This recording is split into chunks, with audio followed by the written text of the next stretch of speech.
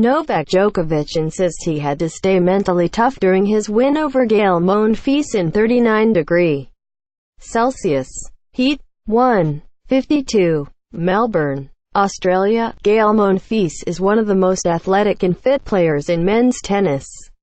But in the closing moments of his second-round match against Novak Djokovic, the Frenchman was staggering around between points at Rod Laver Arena like a punch-drunk boxer.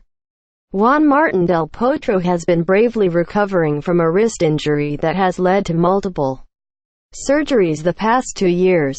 But that had nothing to do with the No.12 seed getting treatment from a trainer while stretched out on the court during his final few games against Karen Khachanov. Gael Monfils appeared delirious at times during his second-round loss against Novak Djokovic. AP photo, Vincent Thien. Djokovic and Del Potro both won in 4 sets. But the bigger story was the extreme heat, which tournament officials said was recorded at 104° at 5:30 p.m. at Rod Laver Arena. About that 5:30 reading, that came when shade was beginning to cover the court area. You can bet the on-court reading earlier in the day, when play took place under direct sunlight, was even higher. Officials said they had no earlier numbers to report. "I got super dizzy," said Monfils, who told the chair official to forget the new rule that requires players to serve within 25 seconds between points. "I think I had a small heat stroke for 40 minutes." Quote, "That's right." Monfils claims he had a heat stroke. Editors picks Djokovic gets Aussie win in 104° heat. 6-time Australian Open champion Novak Djokovic overcame high temperatures and a poor start, dropping his first 2 service games to continue his career-long domination of Gael Monfils. Top seed Halep wins. Sharapova in third round. Simona Halep cruised to a 6-2 win over Eugenie Bouchard, and Maria Sharapova beat No. 14 seeded Anastasia Sevastova to advance to the third round of the Australian Open. One related, and Djokovic says the conditions were on the precipice of being dangerous to the player's health. "It was right at the limit," Djokovic said. "Our sport has become an industry, like most of the other global sports. At the same time, what is most important for us is our health and what happens after our career. After you're 30, 35, it's a very complex subject to talk about." Quote, "Extreme heat, and the decision to play or not to play is indeed complex and difficult to understand. The tournament's extreme heat policy allows stoppage of play, or roof closures, when a temperature of 40°C, 102°F, coincides with a wet bulb globe temperature index reading surpassing 32.5. Say what? Without any background in atmospheric science or climatology courses, I don't have a clue about the relationship between temperature and wet bulb globes. But I do believe, if you break it down layman's terms, an official can stop play when it gets really hot. On Thursday, it was really hot, maybe too hot," Monfils said. "This fan's reaction says all you need to know about the heat." Thursday at the Australian Open.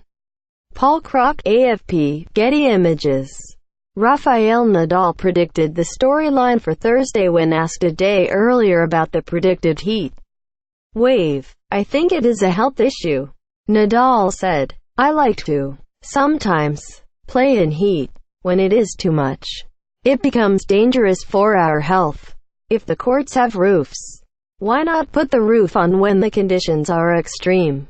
Quote, "A closed roof could have possibly made for better, cleaner play in the nearly 3-hour match between Djokovic and Monfils that the Serb won 4-6, 6-3, 6-1, 6-3. Monfils had 65 unforced errors to Djokovic's 40, and a closed roof could have made for a better experience for fans. Each arena had a predictable look from the start of the morning matches through the rest of the afternoon. Sections of seats exposed to direct sunlight were nearly entirely empty, save for a few brave fans. Jessica Marantelli was one of those brave fans. When ticket holders abandoned their primo mid-court, lower-level seats at Rod Laver Arena, the Western Australian left her upper-level seat and claimed their territory. The huge Djokovic fan wound up having an entire row to herself. But that came at a price. These seats are hot, they're burning, and if you touch them it feels like your clothes are on fire, said Marantelli, whose discolored nose was in clear need of some ointment. It was very, very hot. I put sunscreen on about 6 times and kept covering myself with cold water. Quote, so I sit in the heat near the center of the court, when she would have easily grabbed a shady seat in one of the corners. I'm from Perth, so I'm used to this, she said, and it's Novak Djokovic. I want to be able to see him from the best seat possible. Quote, Del Potro was so impacted by the heat that it took him nearly 3 hours at the end of his match to meet with the media. Quote, it was really difficult to play. Del Potro said, the temperature was too high for playing tennis. Also, if you saw the crowds, nobody was there watching under the sun. Quote, Djokovic was so impacted by the heat that he urged tournament officials to throw their EHP equations out the window and rely common sense. There are certain days where you just have to, as a tournament supervisor, recognize that you need to give players a few extra hours until temperatures come down, Djokovic said. I understand there is a factor of tickets, but there is a limit of being fit to play and being, I think, in danger to your health. Quote, it was tough to witness. On my walk to Rod Laver Arena, an older woman collapsed near the tournament's media center. She appeared to be overcome by the heat. There was nothing that tournament officials could have done to protect her. But there is something they can do to protect the players. On Thursday, despite the numerous complaints from the players, the officials did not release any kind of statement, though the Australian Open Twitter handle had these words. The health of our players is of paramount concern, but we need to be consistent with the outside courts so some don't get an unfair advantage. The referee will initiate the extreme heat policy once the ambient temperature exceeds 40 C and the wet bulb index, WBGT, exceeds 32.5 C. Hashtag Aussie Open. At Australian Open, January 18, 2018, 6:42 a.m. The extreme heat policy comes into effect once the ambient temperature exceeds 40 C and the wet bulb index, WBGT, exceeds 32.5 C. The health of our players is of paramount concern to us, and we are constantly monitoring conditions. Let's hope it cools down.